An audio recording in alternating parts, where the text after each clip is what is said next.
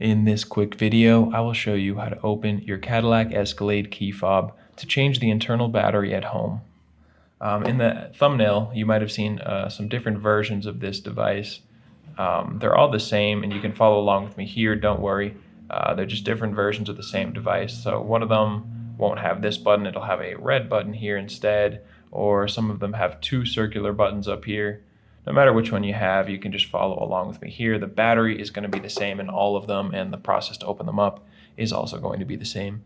The only thing you'll need to do to get it done is one of these CR2032 batteries, which you can get online. I'll put a link down in the description so you can pick one of those up on Amazon for just a couple bucks if you are interested. And then the only other thing you will need is a coin or flathead screwdriver to open the device up. So the first step is just to look down to the bottom of the device. You can see that big opening there. We're going to insert the coin into that opening and twist. And this thing will crack right open. It doesn't take much force.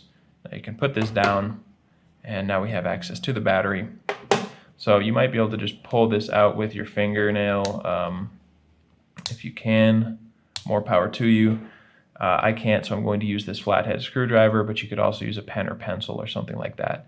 Right up above the battery, you see that dark area there? There's a little indentation that's going to help us to get under the battery, so we can just pry it up and it will come out super easily. You can dispose of your old battery, take a new CR2032, and when you're putting it in, make sure this positive side that has the plus sign on it goes face down. So just click it into place, positive side down, and now we can just reattach the two halves of the key fob. Squeeze it all together, and you are all set. You are good to go. I hope that was helpful for you, and if it was, feel free to let me know down in the comment section or just by giving this video a like. And if you ever need help with another one of your key fobs, come back and check us out here on YouTube. We have videos for the devices for pretty much every maker model out there, and you can also get that information directly over at our website, fobbattery.com.